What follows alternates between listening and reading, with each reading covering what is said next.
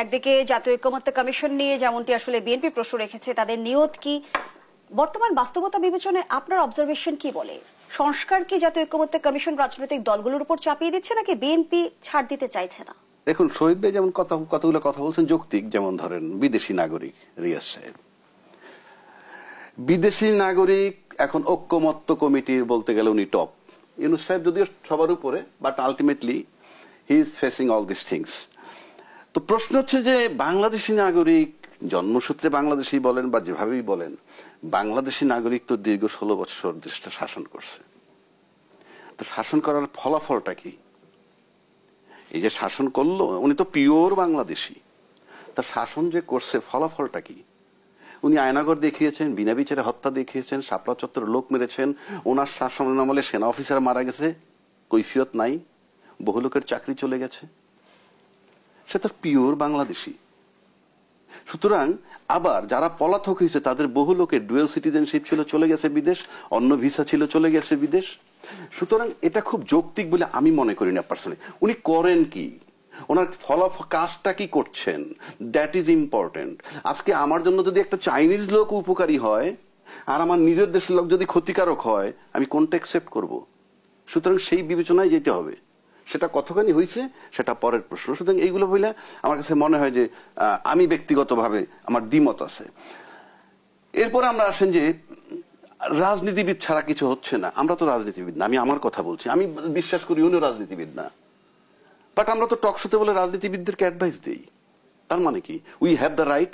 অথবা আমরা বুঝি, কথার কথা বলছি। আমি যদি মনে করতাম আমার রাইট নেই কিংবা বুঝি না, তাহলে তুমি এখানে আসতাম না।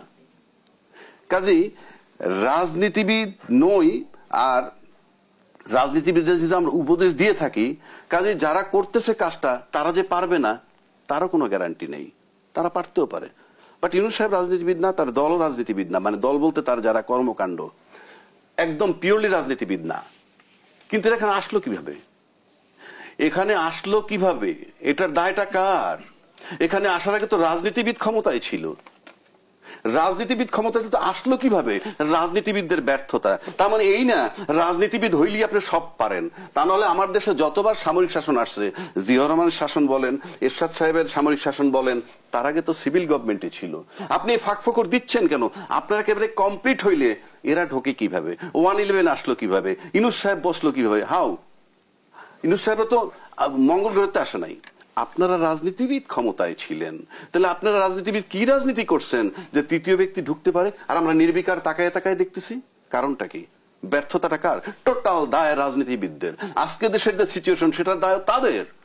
আপনাদের কারণে তারা আসছে, ইউনূস সাহেবের কারণে XYZ আসে নাই, কিংবা সামরিক শাসকদের কে কেন্দ্র করে অন্য কেউ আসে নাই। আপনাদেরকে রাজনীতিবিদদের রাজনীতিকে কেন্দ্র করে জনগণ এবং রাজনীতিবিদদের ভিতরকার যে আচরণ বৈষম্য বা দ্বন্দ্ব, লড়াই, অন্যায়, অবিচার, সেই সুযোগে তারা আসছে। তাহলে রাজনীতিবিদরা কি রাজনীতি করেন? এখন পর্যন্ত তো কোনো গুলির অর্ডার আসে নাই, কোন লোক। ত্রুটি যদি রাজনীতিতে থেকে থাকে তাহলে রাজনীতির সংস্কারটা করবে কি? সেইটাই বলছি, রাজনীতির সংস্কার আপনার রাজনৈতিক দলকে যদি করতে দেন, সে তার দিক টানবে। এমন একটা লোককে দিতে হবে যে এটা করতেছে, আমাদের কোঅপারেট করতে হবে। যেমন এই বাংলাদেশের প্রথম একটা সরকার আমি দেখলাম, যেই সরকারটা একটা সিভিল গভর্নমেন্টের সরানোর পরে একটা পিওর সিভিল গভর্নমেন্ট দায়িত্ব নিছে। Pure civil. আবার পিকুলিয়ারিটি কে জানেন? বাংলাদেশের ইতিহাস না, পৃথিবীতে আছে কিনা আমি জানি না, যে একটা সরকারের অর্ধেক হইল স্বৈরাচারের দোসর প্রেসিডেন্ট চুপ্পু সাহেব, শাহাবুদ্দিন সাহেব, আর এক পাশে হইল ইউনূস সাহেব। এই সরকার তো আমার জন্মের পরে দেখি নাই, পৃথিবীর কোথাও আছে কিন্তু তাও আমি দেখি নাই। লোকটা কাজ করবে কিভাবে? Civil government, pure civil. এর আগে 111 হয়েছে, এটা প্রত্যক্ষ না পরোক্ষভাবে আর্মি সরকার। কিন্তু এই একটা সরকার, এখানে কিন্তু কেউ দায়িত্ব নিছিল 3 দিনের জন্য, যে আমি দায়িত্ব নিলাম সমস্ত হত্যার, প্রতিটা হত্যার বিচার করব। কেউ কেউ বলে 5 থেকে 8 তারিখ পর্যন্ত সরকার ছিল না। It is wrong.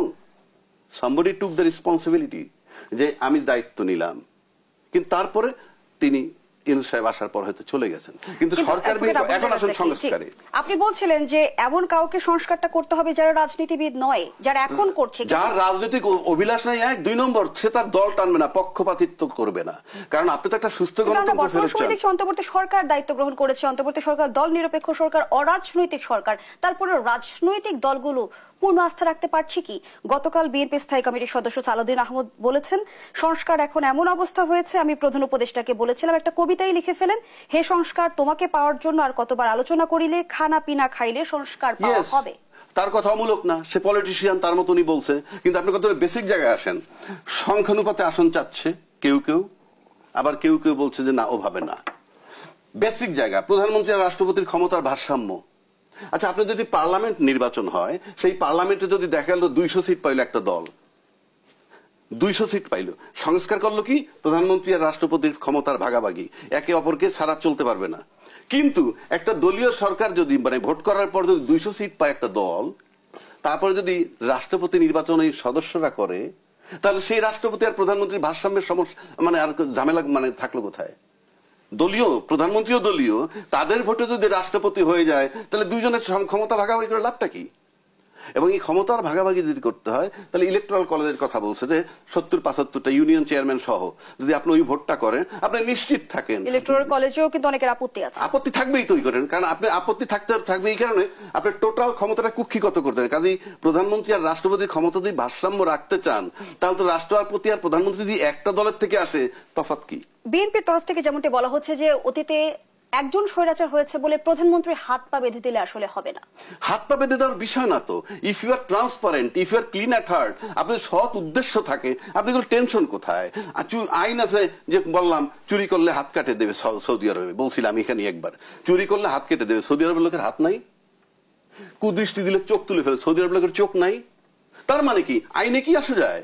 If you are clean, আপনার ক্লিন না, টোটাল ক্ষমতা। আচ্ছা, মেম্বার অফ পার্লামেন্টের কাজ কি? আইন প্রণয়ন করার ক্ষমতা। আর আমার দেশের মেম্বার অফ পার্লামেন্ট আর সুপারিনটেন্ডেন্ট ইঞ্জিনিয়ার, চিফ ইঞ্জিনিয়ার রাইকেই না তারপরে কৈফিয়ত তলব করে, ওই কাজে পাইলো কেমনে, এইটা হইলো না কেমনে, বিল না দিলে বিল দিয়ে দেবে, এটা এই তো কাহিনী। এটা 53 বছরের দেখা আমাদের, এটা পরিষ্কার। এটা যদি কেউ বলে যে আপনার কাছে প্রমাণ কি, প্রমাণ কি?